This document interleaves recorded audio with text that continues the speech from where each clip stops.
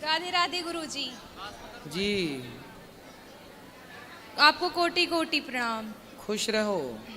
मेरा ये प्रश्न है कि अगले जन्म का कर्म हमें इस जन्म क्यों मिलता है? ऐसा तो सरकार नहीं करती कि इस जन्म पर आप मर्डर कर दिए या कुछ गलत काम कर दिए तो अभी जेल होगी। तो यहाँ भगवान ऐसा क्यों करते हैं कि इस जन्म का कर्म हमें उस जन्म में देते हैं? मैंने सुना है कि अंग्रेजों की सरकार ने सावरकर को दूसरे जन्म की भी सजा इसी जन्म में दे दी थी। पता है, आपने सुना इस बात को? मैंने सुना है, सही है कि गलत भगवान जाने। तो सरकारें भी, कुछ लोग जो पढ़े लिखे समझदार हैं वो मानते हैं अगला पिछला जन्म।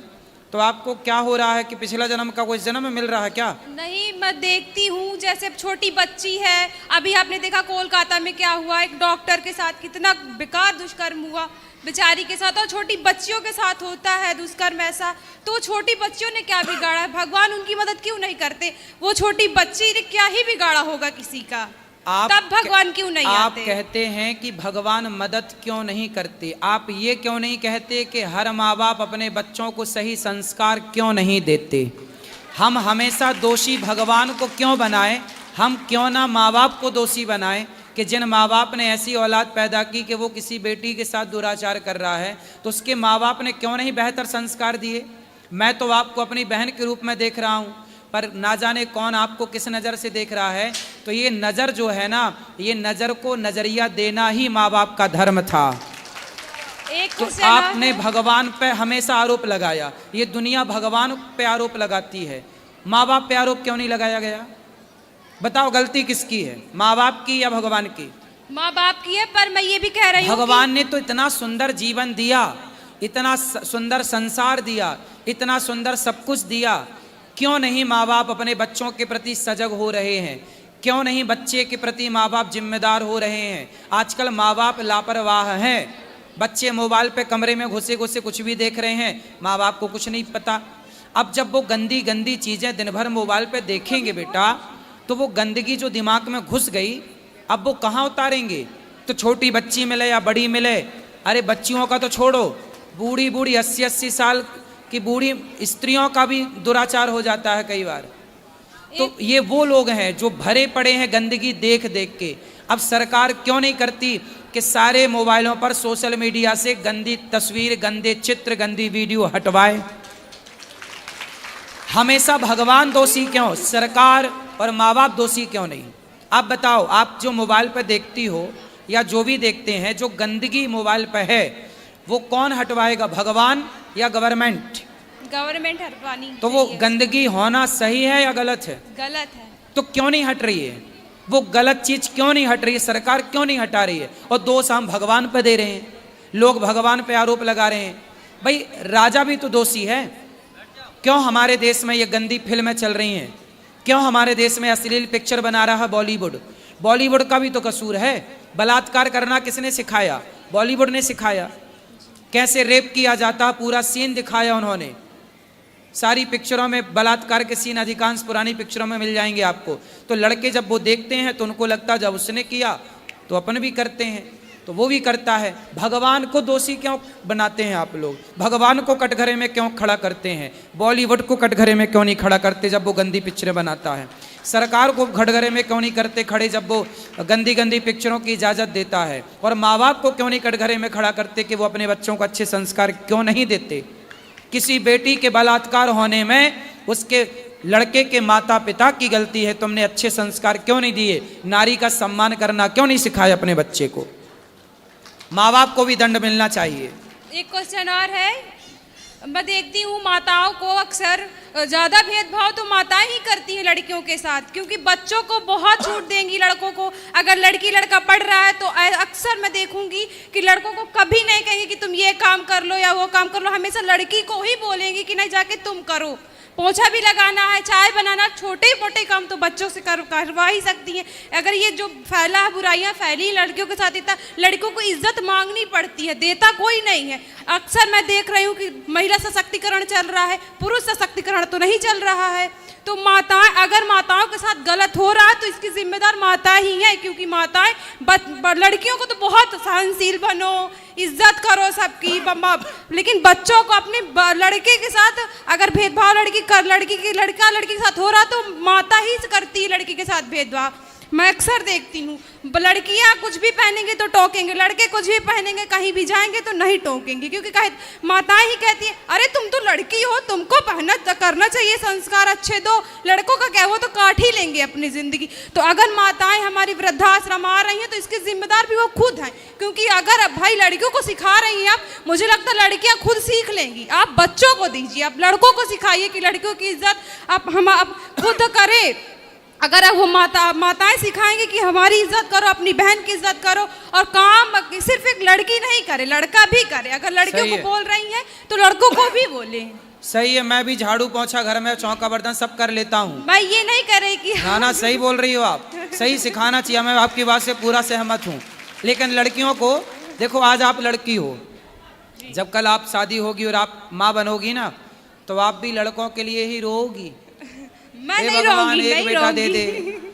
मैं लड़की को बहुत अच्छे संस्कार, लड़कों को भी बहुत अच्छा, मैं लड़की के लिए एक बार ये बात आपकी बात से मैं सहमत हूँ। लेकिन मैं लड़कों को जरूर दूंगी। हर लड़के को सारे काम आने चाहिए, बेटी ही सारे काम क्यों करे। मैं भी अपने घर में झाड़ू, मैं सारे काम जो आप कर लेती हो ना मेरी बहन, मैं सारे काम कर लेता हूँ, झाड़ू पोंछा बर्तन चौका रोटी बनाना तो, सब। अरे गुरुजी आप जैसा तो दुनिया में कोई हो ही नहीं सकता, आप जैसा कोई नहीं है। लेकिन मैं आपसे बस ये कहना चाह रही कि आप प्लीज माताओं को ये कहिए कि जितना लड़कियों को संस्कार दे उससे ज्यादा लड़कों को संस्कार दे, ताकि हम लड़कियां लड़कों से इज्जत मांगे नहीं बल्कि वो खुद करे, क्योंकि जितना लड़कियां त्याग करती है उतना लड़का कभी त्याग नहीं कर सकता। सही है, आप ठीक कह रही हो। हर माँ को चाहिए कि वो अपने लड़के को नारी का सम्मान करना बचपन से सिखाए। ये कथा में बोलता हूँ बेटा।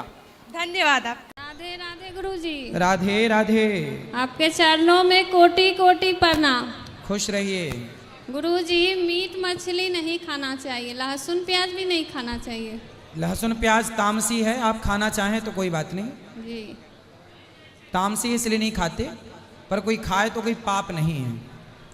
मांस नहीं खाना चाहिए बस। नहीं खाते हैं। ठीक। बोले गुरुजी कृष्ण जी जो अश्वत्थामा को जो बोले अभी तक कलयुग तक जिंदा है, जो अभी तक जिंदा है। हाँ जी। मिलना है क्या? नहीं, आपसे मिलना है। तो हम अश्वत्थामा थोड़ी हैं।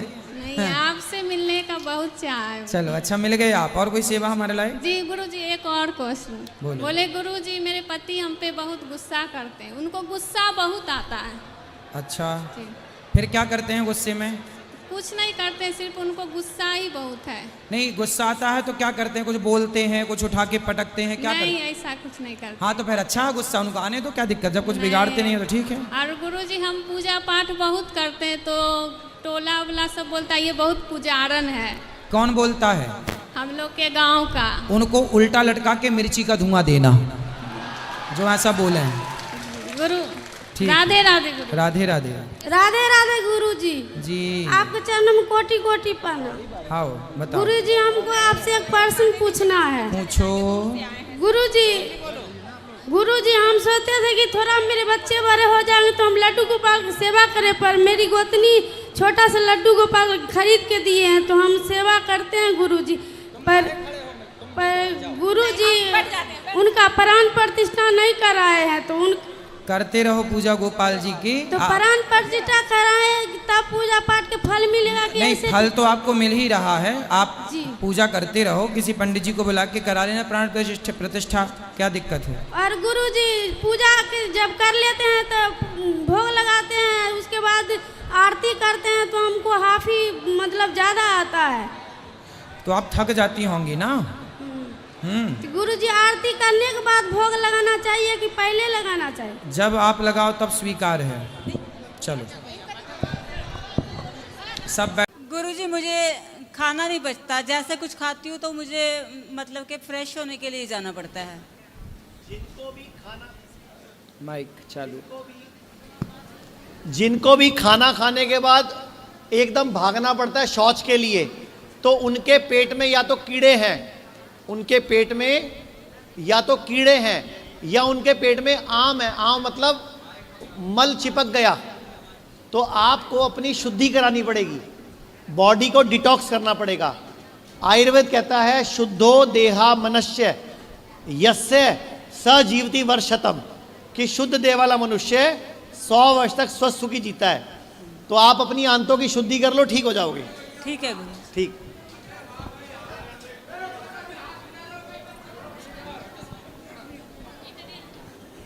ये जितने भी लोग गुस्सा करते हैं ना, जितने भी लोग गुस्सा करते हैं, जब भी गुस्सा आए तो धरती पे पांव टिकाओ, नंगे पांव जमीन पे, 2 मिनट में गुस्सा गायब हो जाता है जी।